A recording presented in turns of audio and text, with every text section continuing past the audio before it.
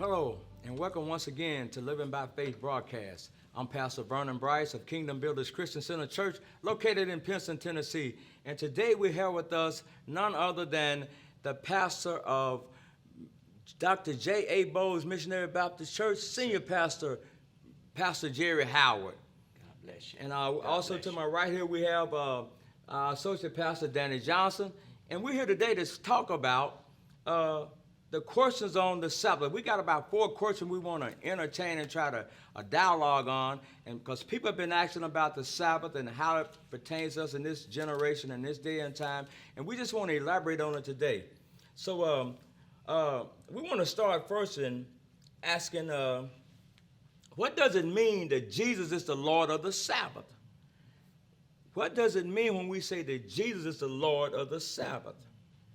And that's the question that I was asked back by some members and some people that are in ministry, and we just want to elaborate on that a little bit. And we're gonna defer to Pastor Howard right now.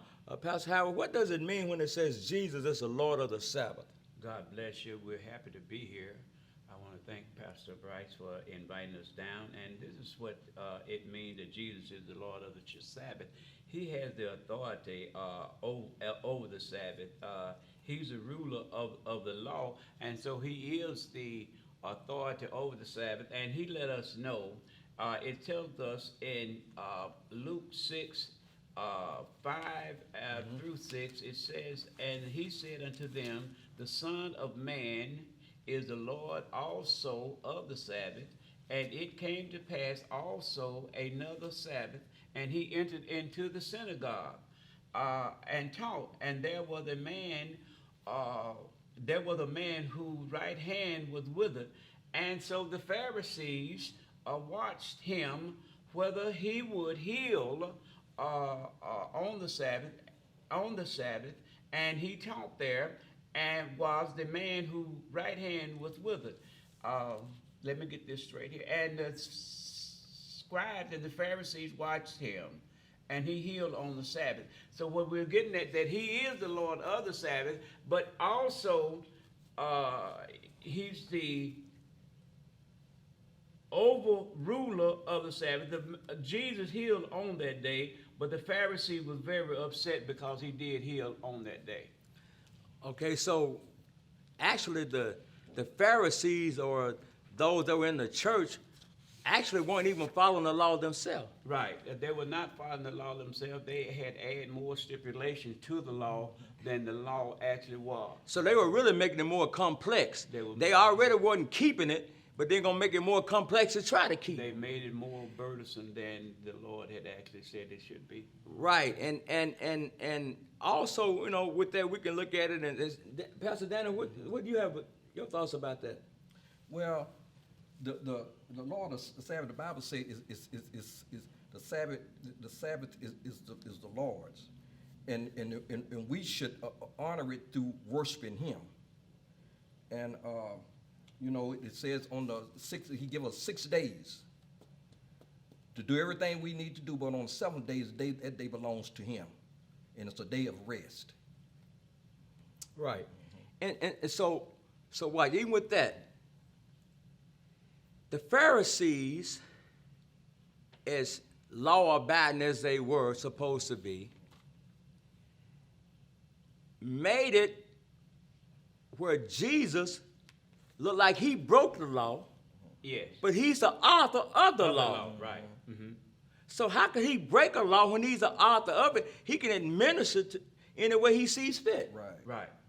Amen. Now, verse number 9, Brother Brice, it says, "Then said Jesus unto them, I will ask you one thing. Is it lawful on the Sabbath day to do good or to do evil, to save a life or to destroy a life?"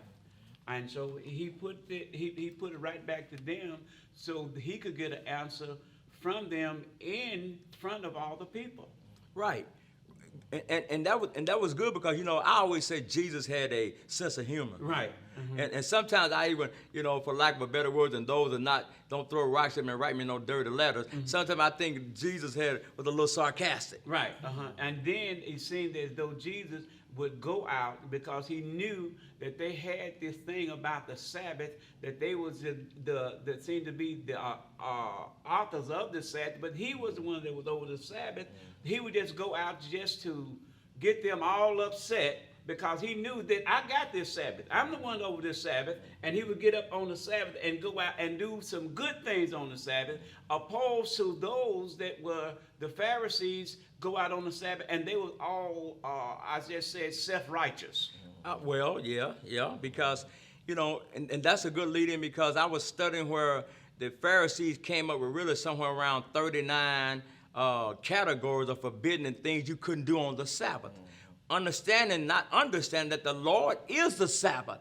Right. Now, when we, and I don't want to get too far ahead of myself. Oftentimes, when we talk about the Sabbath in today's time, we're not talking about a certain day. Right. We're talking about resting in the Lord. Right. Or in His Word, which He's the Sabbath over all. Right. The Pharisees were really making it they were coming the Lord over the people. Right. Right. They were making it more of a yoke. More of a yoke. And a burden on the people. They were becoming more like a slave driver on that day, where the people would have to bow down to them and what they said.